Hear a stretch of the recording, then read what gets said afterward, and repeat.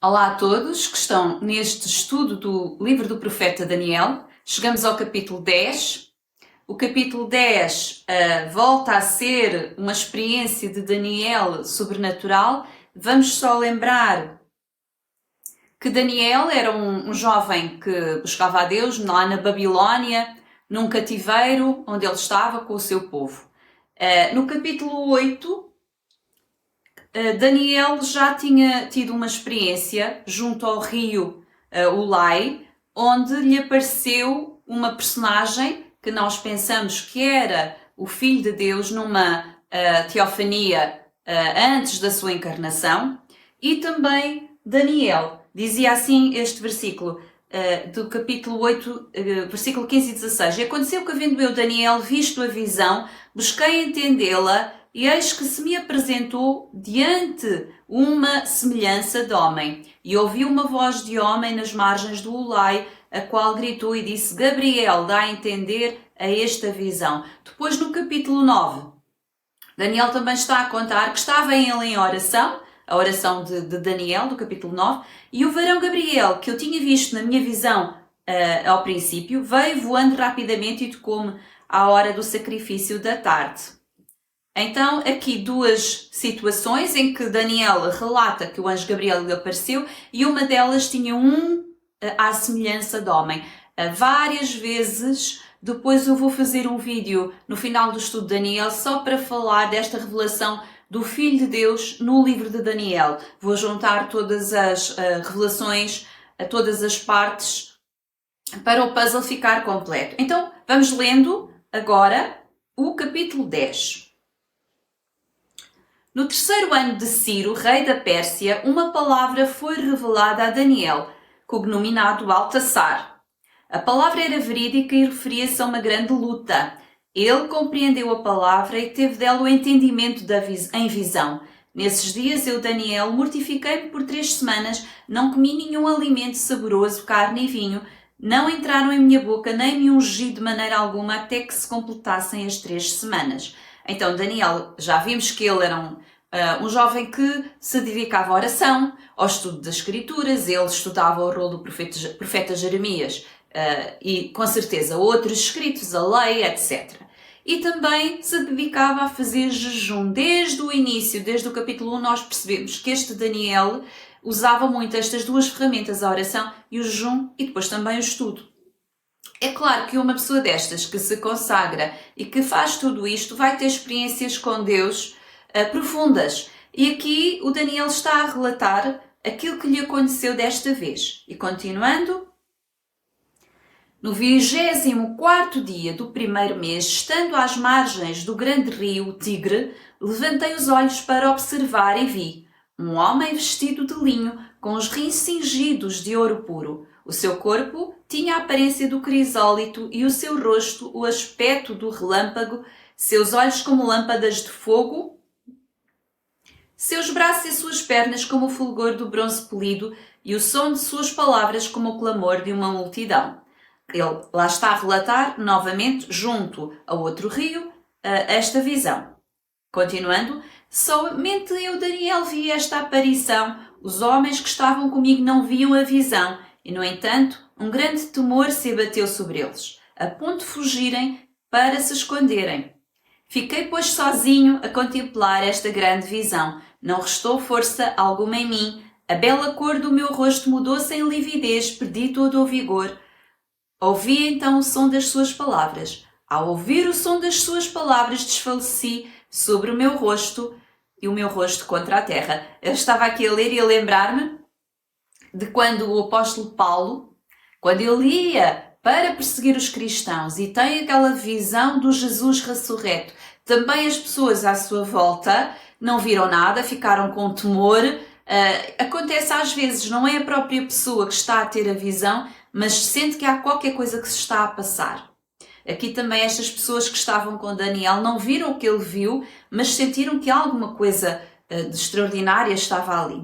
Uma presença que lhes trouxe temor.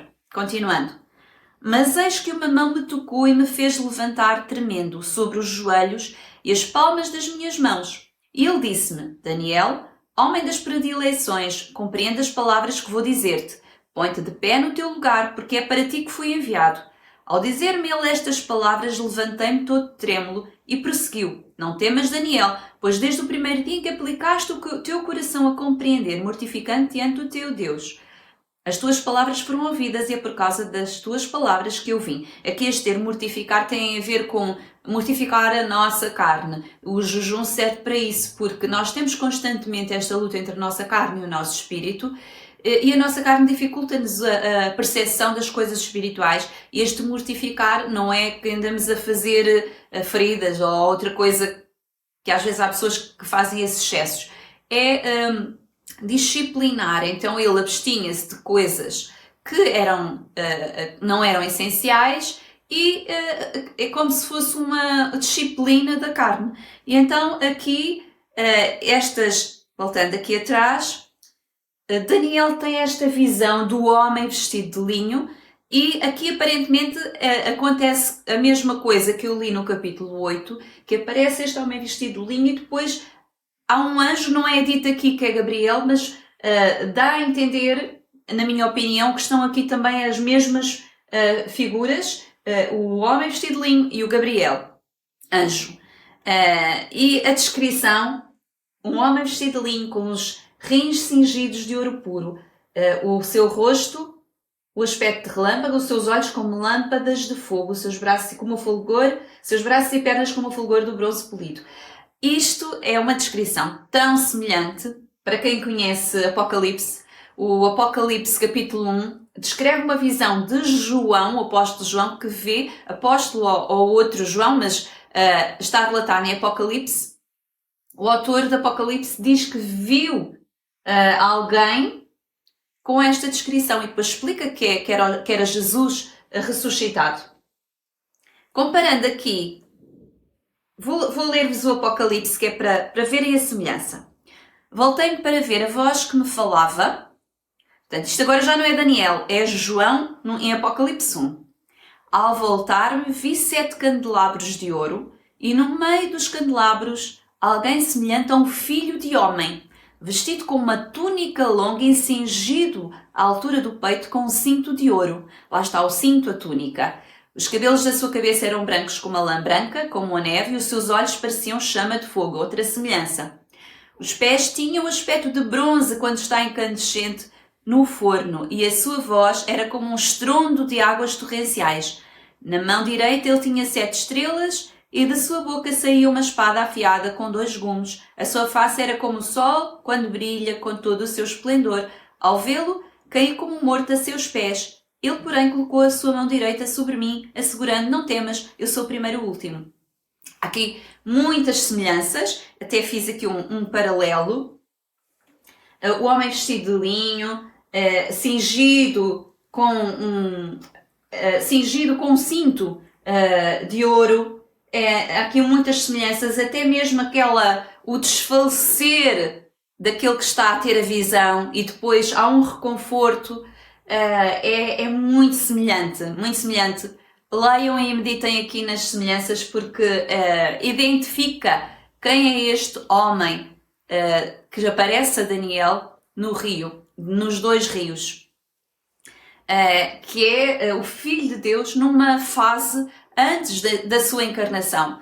Claro que em Apocalipse ele aparece já glorificado depois da sua missão terrena, mas tem muitas semelhanças e permite-nos identificar que é realmente o Filho de Deus, que é Jesus, numa manifestação antes da sua encarnação.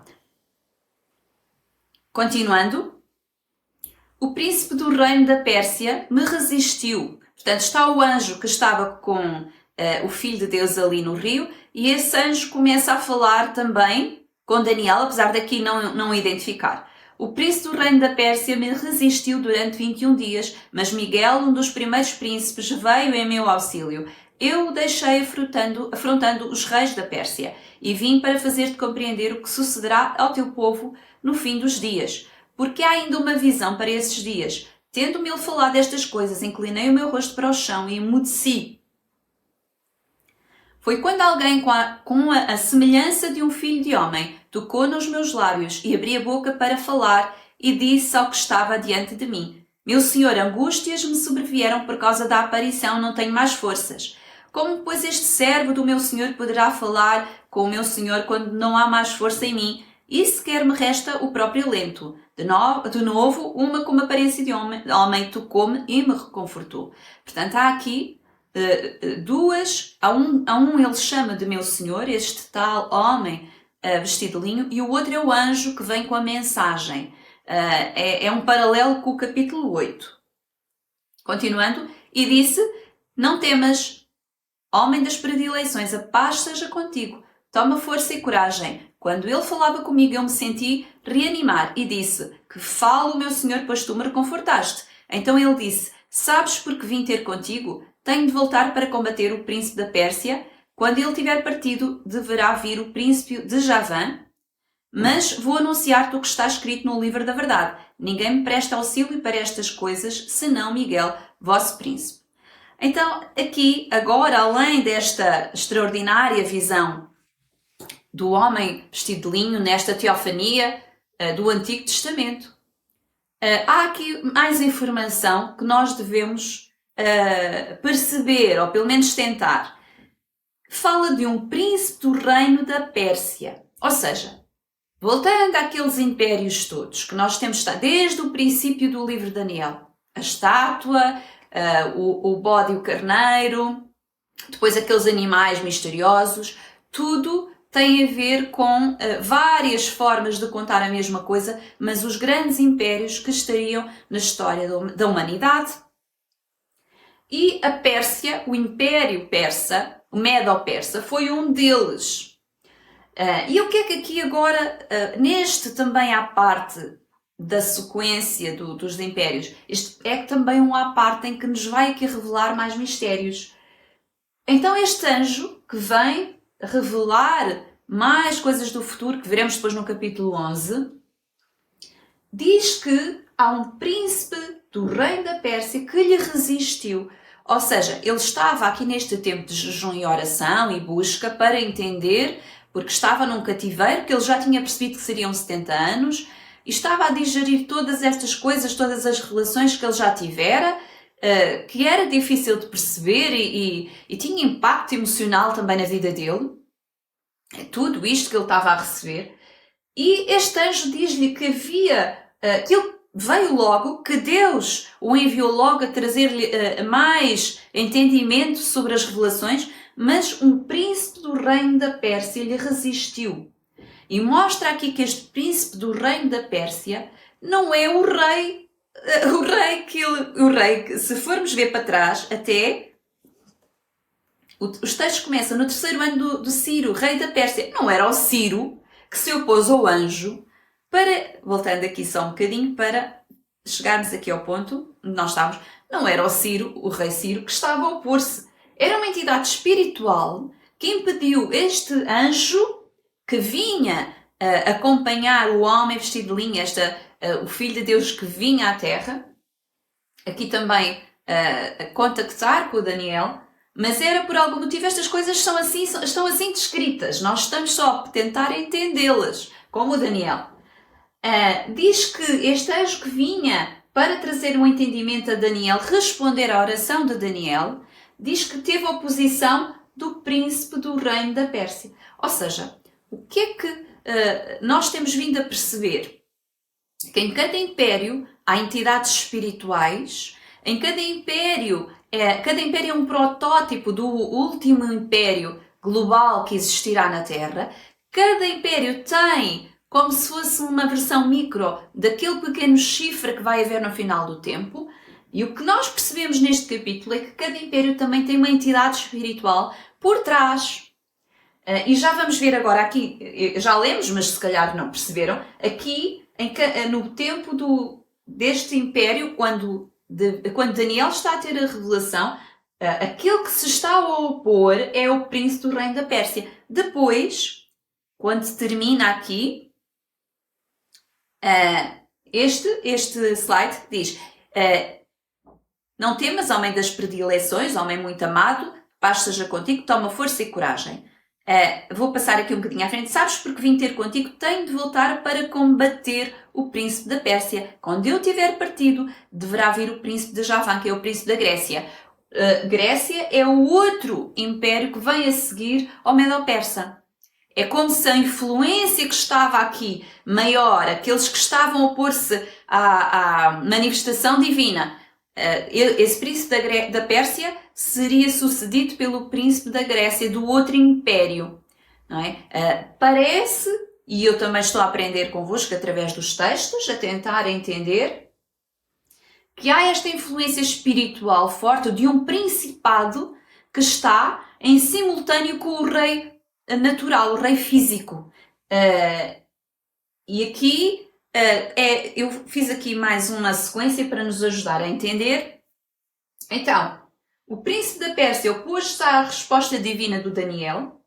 Depois Miguel, que é identificado aqui como um grande arcanjo, que vem ajudar nesta batalha espiritual que está a ocorrer, que nós não vemos naquilo que nós sabemos, as coisas materiais, os nossos objetos, as pessoas, vemos, mas por trás existe um mundo espiritual com uma guerra espiritual a acontecer.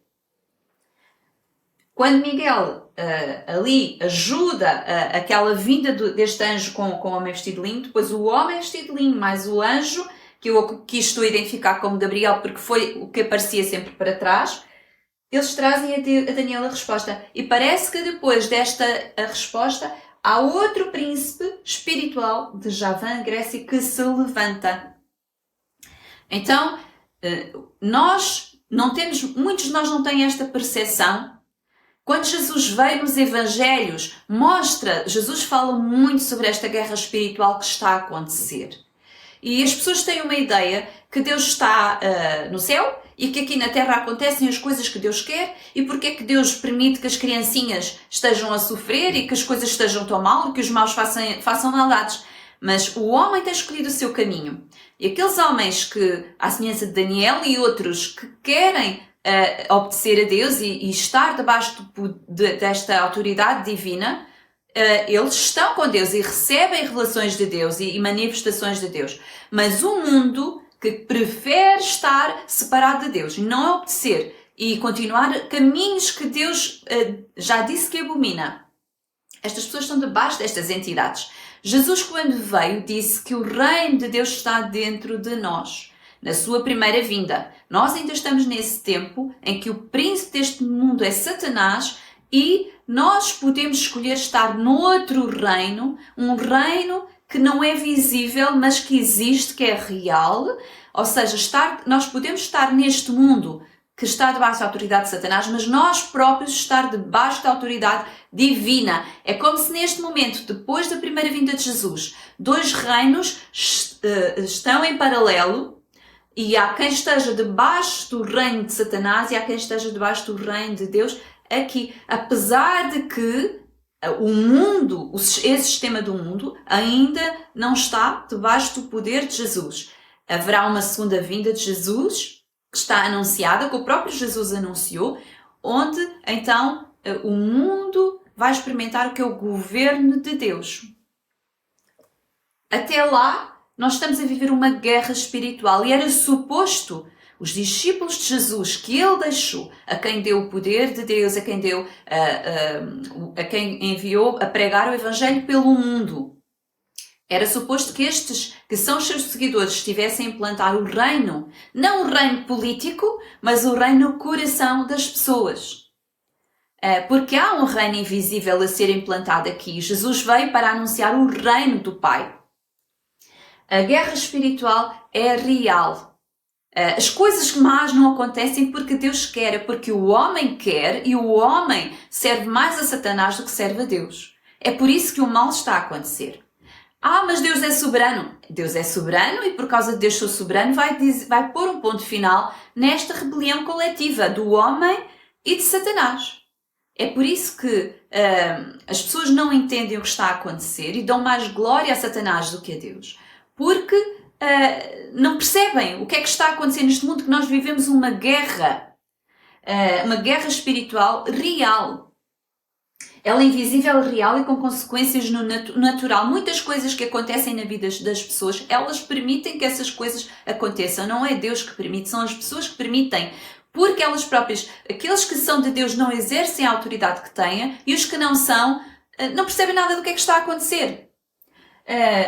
Há principados satânicos que estão sobre as nações, que estão num mundo invisível. Há uma hierarquia espiritual do lado das trevas, assim como há do lado de Deus. Daniel aqui mostra-nos que há armas, a oração e o jejum, que afeta o mundo natural, porque afeta primeiro o mundo espiritual, que depois se reflete no natural. Jesus ensinava que, em relação a expulsar demónios, a importância da oração, do jejum. E Jesus fazia isso. O próprio Filho de Deus se retirava à noite para ir orar. O próprio Filho de Deus jejuou. Como é que há pessoas que acham que não é necessário hoje os cristãos fazerem isso? Então, aqui, depois termino aqui este ponto. O que é que mudou do Antigo Testamento para o Novo? O que mudou é que Jesus deu autoridade aos seus discípulos. Daniel, ele próprio não podia lutar espiritualmente contra entidades espirituais.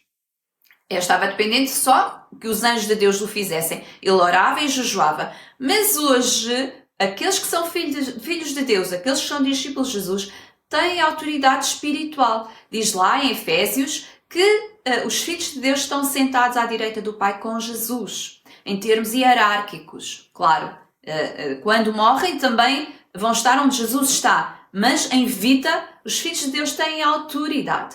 Por isso é que os discípulos de Jesus expulsavam demónios também.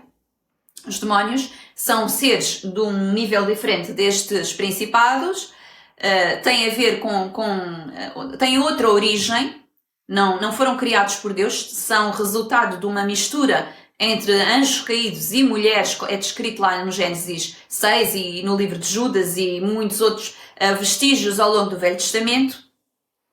Mas há uma guerra espiritual e nós nascemos numa guerra espiritual. Ninguém escolheu estar aqui. Quando lá no filme da Matrix, o Neo de repente acorda e percebe que nada é como ele imaginava e que ele está numa guerra, é uma ilustração. Quem fez aquilo, quem escreveu aquilo originalmente, espantou-se como é que é tão ilustrativo daquilo que é mesmo verdade.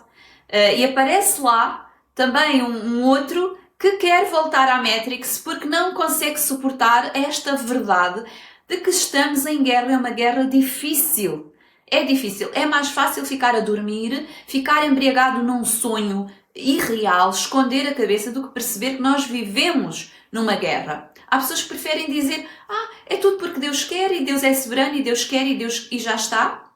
Ou então há outros que se revoltam: como é que Deus permite estas coisas? Do que assumir a responsabilidade, a autorresponsabilização no meio de tudo isto do ser humano. O homem é responsável pelo que está a acontecer no mundo, o homem é responsável por buscar a verdade e conhecimento que Jesus nos deixou e exercer a sua autoridade, tomar a sua posição na terra. O mundo está como está porque a Igreja de Deus não toma o seu lugar na história.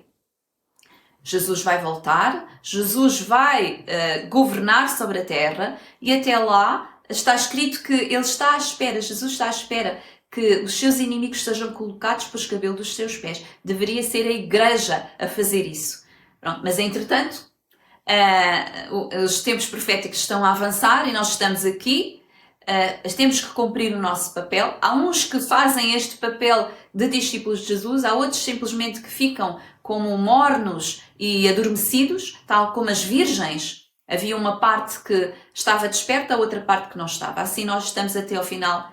E agora eu vou encerrar, mais uma vez, deixo-vos 2 livros. A oração no livro de Atos é um estudo sobre a oração e realmente como é que já no Novo Testamento os primeiros discípulos faziam, como é que eles faziam nesta guerra espiritual, neste trabalho de libertar as pessoas que estão oprimidas, de desfazer as obras do diabo, como Jesus mandou aos seus discípulos. Então este livro é muito pequenininho e é um estudo só do livro de Atos. O Anjo do Senhor, eu já partilhei várias vezes este livro, tem a ver com as teofanias do Filho de Deus ao longo do Velho Testamento. O Daniel é só um exemplo. Todo o Velho Testamento tem outras revelações do Filho de Deus. E deixo-vos então, está tudo gratuito no site. Leiam o livro de Daniel para trás, só agora estão a começar a ver. Leiam o Novo Testamento, os Evangelhos. As cartas trazem muito complemento, porque as cartas de Paulo, principalmente, mostram o que é que o Filho de Deus está aqui a fazer na Terra agora. Hebreus, Apocalipse. Então incentivo-vos a ler e a meditar sobre todas estas coisas. Não sejam preguiçosos em ler, disciplinem-se em ler. Nós perdemos tanto tempo em redes sociais, em televisão, ou filmes, ou outras coisas. Então, tirar meia hora para ler, para ficar a conhecer estas coisas profundas de Deus, é alimento para o nosso espírito. Deixo-vos então o site. Tudo o que eu tenho de livros está tudo gratuito. Incentivo-vos a buscar mais de Deus enquanto podemos achar, como lá está escrito no Velho Testamento. Um abraço e até ao próximo vídeo.